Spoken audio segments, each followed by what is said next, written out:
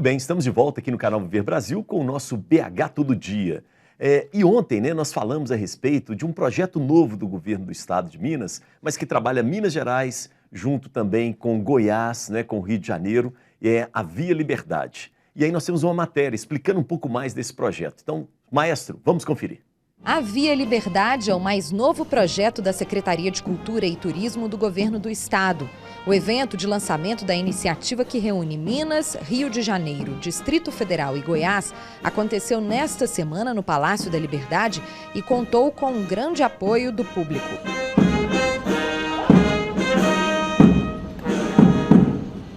É aqui no Palácio da Liberdade, um dos pontos turísticos mais privilegiados da capital mineira, que é lançado hoje o Via Liberdade. Essa rota que acompanha a BR-040, conectando 4 estados brasileiros, entre eles Minas Gerais, Goiás, Rio de Janeiro e Distrito Federal, e que a partir de agora deve receber 12 milhões de reais para aprimorar a sinalização e também toda a questão do serviço ofertado aos turistas. Essa é uma iniciativa do governo de Minas Gerais, com os demais estados aqui citados, e que também recebe o apoio financeiro da FEComércio, com 4 milhões destinados a esse aprimoramento. A Via Liberdade possui 7 patrimônios da humanidade, ou seja, é a maior linha de patrimônio histórico da humanidade que nós temos no país. Possui mais de 100 cidades que são patrimônio histórico do Brasil. O trajeto inteiro possui cerca de 70% do patrimônio histórico do Brasil tombado. Basta lembrar que o Rio de Janeiro tem 2 títulos, depois nós temos a Serra do Mar, depois subindo ela é a primeira estrada pavimentada do país, ainda na época de Dom Pedro II, que levava a cidade imperial de Petrópolis. Depois, entrando em Minas Gerais, nós temos Santos Dumont, e aí por diante, até passar agora pelo Circuito Liberdade, que é o centro dessa via, o Grande Sertão de Guimarães Rosa, que é também importantíssimo, esse que é um dos grandes escritores do mundo. Depois nós temos Paracatu, nós temos Três Marias, esse lago que também procura se reinventar, sobretudo nesse contexto agora da via, e o apogeu da independência do Brasil, que é Brasília, projeto aí da genialidade modernista. Nós queremos transformar essa rodovia, que hoje ainda é conhecida como 040, mas que no futuro será conhecida como Via da Liberdade. Então, isso vem a caracterizar o nosso estado, já que 80% desse trajeto está dentro de Minas Gerais. Uma parte pequena fica no Rio de Janeiro e outra parte pequena em Goiás e Distrito Federal. Então estamos dando hoje um pontapé muito importante, e lembro que o turismo tem tido um crescimento excepcional nesses últimos meses. E o que nós queremos, estamos tendo o apoio do sistema FEComércio, juntamente com o SENAC, é preparar 186 cidades de Minas, que estarão sendo preparadas porque estão às margens ou são atravessadas pela BR-040, para se estruturarem adequadamente, para que possamos ter aí um turismo mais desenvolvido. Nos próximos meses, a força-tarefa de implementação da Via Liberdade será acentuada ao longo do trecho da BR-040. Arte, cultura e turismo nunca foram tão importantes para a conexão entre 4 dos estados mais históricos e ricos em belezas naturais do Brasil. Muito bem, estamos de volta com o nosso BH Todo Dia, e hoje também, dentro dos nossos assuntos, a gente tem um assunto que vai bater diretamente com o nosso dia a dia. E aí a presença do Daniel Marques, que é professor de Economia e Finanças do MBA, daqui do IBMEC de Belo Horizonte.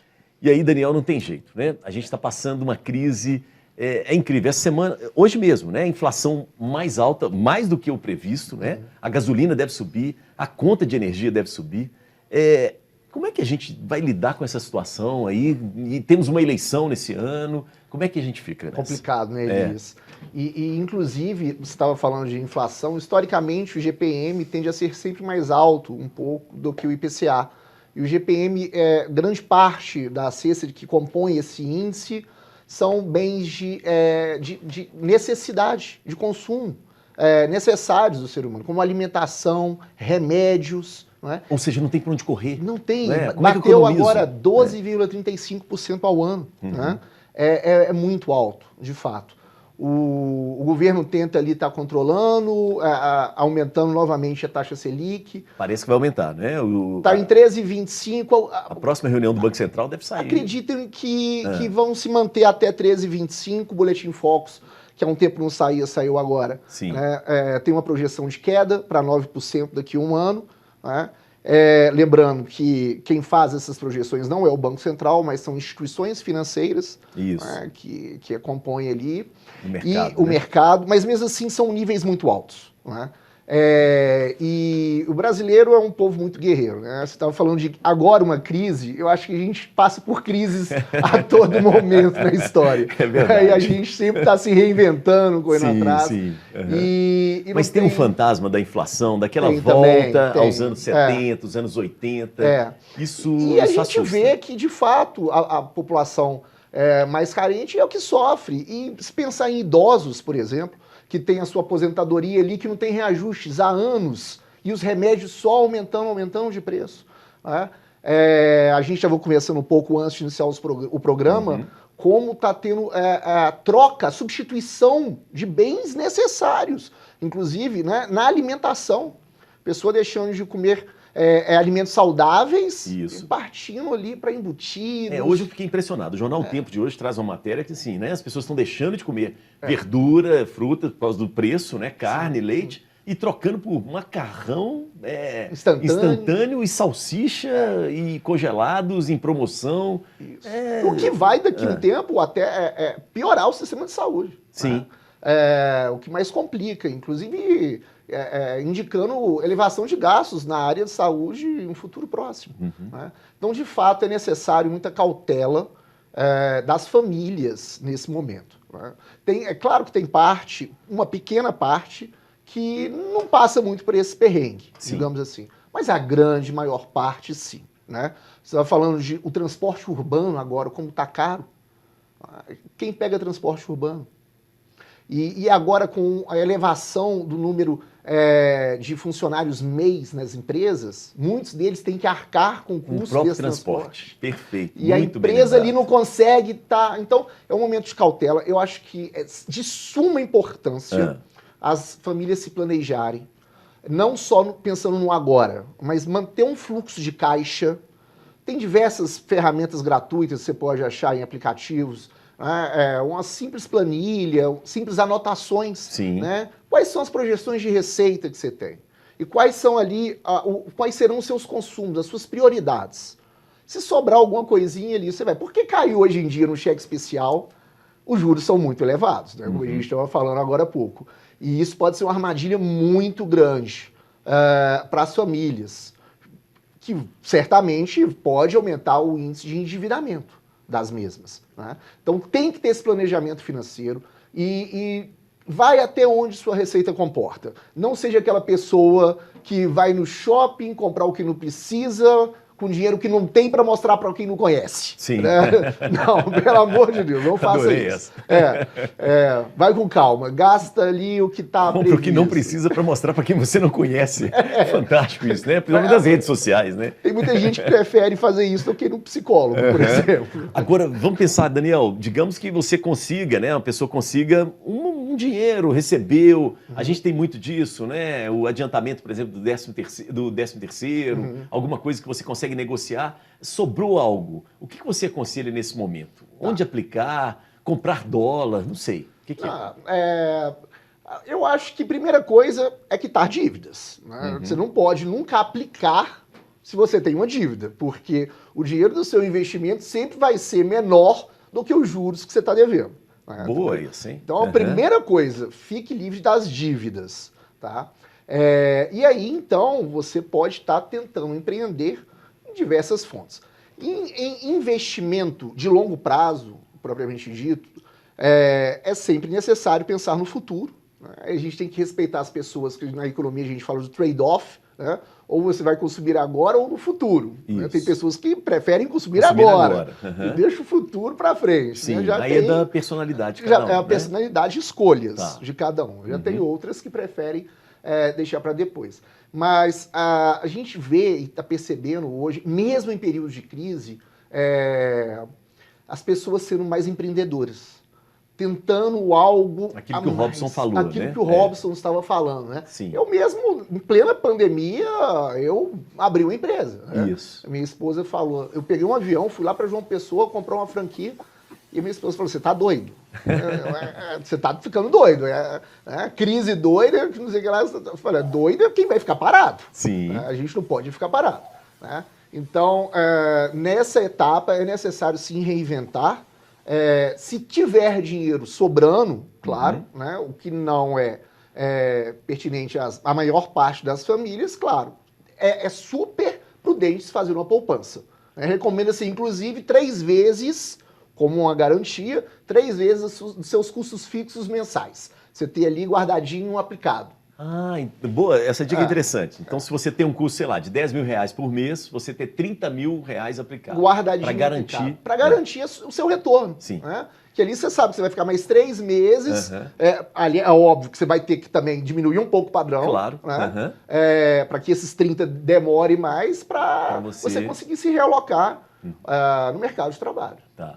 Oh, mas você falou uma palavra que me assustou. Poupança. Poupança não é uma boa, não, né? Não. No mínimo CDB, vai. No mínimo CDB. Tá. Ali. Legal. Seria interessante. Parece que o gasto de cozinha... Repete para mim, produção, por favor. Gasto de cozinha saindo agora. 10% do salário mínimo. Nossa. É um impacto muito grande. É o mais caro desde o início do século. Né? Robson, vamos entrar um pouco nessa conversa, Robson. Foi interessante que o Daniel falou, né? Que ele falou, vou adquirir um negócio e tal. A esposa falou, você tá ficando louco, maluco, não é? Vamos lá, a gente também não quer incentivar ninguém à loucura, né? Não é esse o objetivo. Então, como a gente empreender sem também cometer uma loucura? É possível, hein, Robson? Com certeza. Empreender, o próprio colega aí já sabe que não é nenhuma loucura. Durante a pandemia, quem empreendeu, quem saiu na frente e conseguiu fazer essas estratégias que ele mesmo falou para a vida comum, serve para as empresas, que é constituir a reserva de emergência, poupar uma certa quantia para a sustentabilidade da sua empresa. Tem acontecido muita contratação de MEIs, né? Como o professor falou. E aí essas estratégias precisavam ser elaboradas. Eu também empreendi durante a pandemia, eu saí da CLT e criei 2 novas empresas. Opa, peraí, você é maluco em dobro, peraí, 2 novas empresas em plena pandemia? Exatamente, e engraçado é que são empresas voltadas para o que o professor acabou de falar. É um software voltado para a gestão financeira, que ele consegue mensurar o fluxo de caixas, as receitas, as despesas, principalmente para pequenos empreendedores, com uma linguagem muito fácil, muito acessível. Porque uma das maiores dificuldades que eu encontrei no mercado são ferramentas com linguagens pesadas, carregadas, que por exemplo, um empreendedor que está começando num ramo mais cachorro-quente, uma borracharia, que ele não entende de noções financeiras. E lá no sistema estava falando de fluxo de caixa, lá estava falando de patrimônio líquido, de custos. Um empreendedor desse não precisa saber dessas informações. Não sabe, isso mesmo. Exatamente. Então, o que ele precisa? E a outra empresa, eu fiquei curioso, uma empresa para ajudar, né, a gestão desses, né, na verdade, um aplicativo, né, para mais acessível às pessoas, né? Exatamente. E a outra empresa é uma consultoria pré-estabelecida mesmo. Nós estamos apoiando pequenos empreendedores e grandes empreendedores a vencer essa crise, a sair dessa crise fortalecido, a sair dessa crise com lucratividade, mantendo os padrões anteriores. Manter os padrões anteriores é demais, mas minimamente manter os padrões das empresas, com uma certa quantidade de lucro, de reserva de emergência, porque, felizmente, a vacinação avançou e o mercado está voltando a se aquecer. Mas os reflexos da pandemia como o professor falou, a Selic está 13,25, ela vai se manter até 9, até um ano à frente. Então, os reflexos vão ser muito fortes na economia como um todo. Então, estar preparado para vivenciar esse momento é muito importante. E aí nós criamos essas duas ferramentas, a consultoria e a ferramenta de gestão para pequenos empreendedores. Robson, eu achei muito legal, inclusive, os exemplos que você deu de pequenos empreendedores mesmo, né? Você falou do cachorro-quente, borracharia e tal, e eu fiquei curioso com a consultoria. O que esses pequenos empreendedores em Belo Horizonte mais te procuram? Assim, o que está pegando para eles? É quantidade de empregado? É estoque? É aumentar as vendas? O que pega para esse pequeno empreendedor e que ele precisa e que ele te procura, assim? É fluxo de caixa. Exatamente. A maior necessidade hoje é saber controlar o fluxo de caixa.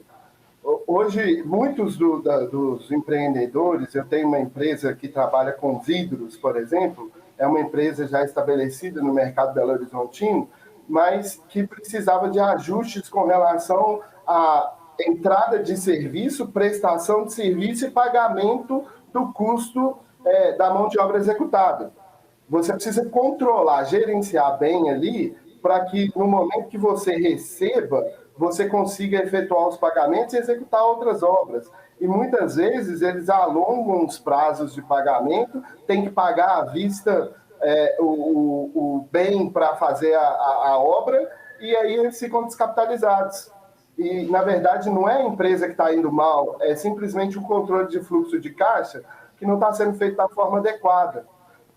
Se ele comprar parcelado, às vezes ele vai pagar um pouquinho mais caro que pagar à vista, mas o dinheiro ao longo do tempo, ele rentabiliza. Então, isso tem onerado muitas pequenas empresas.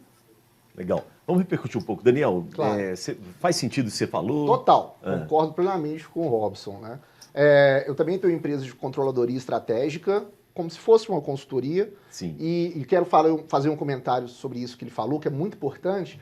E também sobre a outra empresa que eu montei, eu achei muito legal, porque a gente estava falando agora há pouco que a gente tem que movimentar o mercado. Como empreendedor, principalmente, a gente tem que gerar empregos. Você gerando empregos, são mais famílias que vão ter mais receita, mais renda para poder gastar e economizar, e girar ali né, a economia. E, graças a Deus, em um ano, né, uma empresa nossa de cuidadores de pessoas, né, chama Acuidar.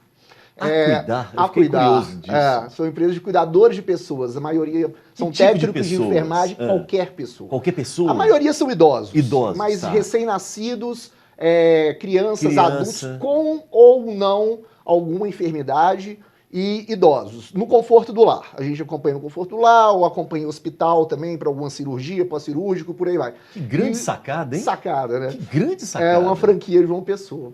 E hoje nós temos, depois de um ano, nós triplicamos a meta da franquia e estamos hoje ajudando 60 famílias. Nós temos 60 profissionais, cuidadores e técnicos de enfermagem que trabalham com a gente na ativa. E a meta é a gente chegar a 100 até o final do ano. E eu acho que isso a gente ajuda, a economia, ajuda as famílias, né, a reestruturarem nesse momento tão difícil, e é muito gratificante. Que a gente ajuda as pessoas nas duas pontas. Quem está precisando trabalhar e quem está precisando ser cuidado. Cara, é muito positiva a ideia. É muito assim, legal, né? muito legal. Um astral bacana. Assim. Isso que o Robson falou é interessantíssimo, porque onde eu vejo também o fluxo de caixa é o principal problema. E um agravante. Muitas das vezes o dono não tem noção, o proprietário ali, que pela cultura mesmo, inclusive, né, que ele falou, são pequenos, médios empresários, que estão se aventurando muitas das vezes, no quanto ele precisa vender para ter um dinheiro sobrando para ele gastar. Então a gente costuma, para facilitar, a olhar pela taxa de lucratividade inversa. Por exemplo, se a sua taxa de lucratividade é de 10%, você vendeu 100 mil, vai te sobrar 10 mil. Legal. Agora, se a gente falar assim, vamos então reformar esse estúdio, quanto vai gastar? Vai gastar 10 mil reais. Opa, pera lá. Não é isso. Eu tenho que vender 100 mil para reformar o estúdio.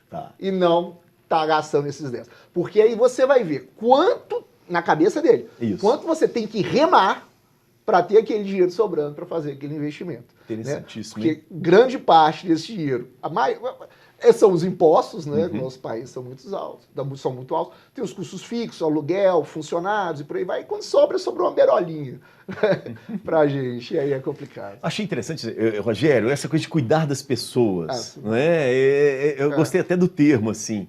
E aí a cultura, ela também pode entrar nesse pacote, não pode, Rogério? Claro, a cultura é promoção humana. A cultura é promoção Legal. humana. Né? A cultura é o que, para muita gente, dá sentido à vida. É a cultura que consegue fazer com que a gente viva uma vida bela, bonita, leve, feliz, divertida, agradável, não é? Então, a pandemia provou isso, não é? Como conseguimos resistir 2 anos e meio sem as séries da televisão, sem os vídeos, sem as lives, sem os shows né, feitos pela internet. Claro, como a gente pôde fazer, né? Como as circunstâncias permitiram. Não, no primeiro momento foi uma avalanche. E sem os livros. Né? Olha, o mercado editorial cresceu durante a pandemia. Não acredito. Cresceu durante a pandemia, muita gente comprou livro e comprou muito livro. E nossa Academia Mineira de Letras se juntou à Autêntica Editora durante a pandemia. Grande sacada. E lançou esse livro. Mostra aqui. Deixa eu ver. 2020. Eu faço um comercial, né, professor? Total, mas é isso. Mas isso aqui é cuidar das pessoas. Isso é ótimo. Olha, esse livro. Sobre isso, vamos lá, esse livro foi feito durante a pandemia, porque como os colegas disseram. Sobre a pandemia de 2020. Como os colegas disseram aqui, durante a pandemia ninguém pôde ficar parado. E muito menos a academia. Eu comecei a fazer várias entrevistas no YouTube da academia e depois chamei 20 escritores, não é? 10 homens e 10 mulheres. Muito bem, não é? Rogério.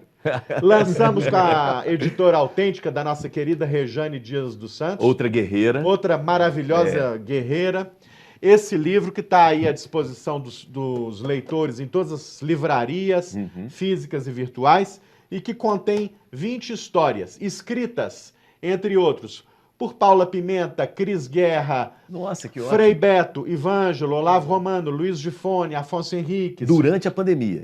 Tudo durante a pandemia. Eu liguei lá para o Jacinto Lins Brandão, liguei para o Jacques Fuchs, liguei para o Carlos de Brito e Melo, para o Carlos Herculano, para a Cris Guerra, minha colega de colégio. E Cris Guerra, escreve uma história para nós. Isso é produção. Para a nossa querida Paula Pimenta, que escreve aí livros que conquistam legiões de leitores. Liguei para todo mundo e pedi, por favor, invente uma história. Sabe para quê, Elias?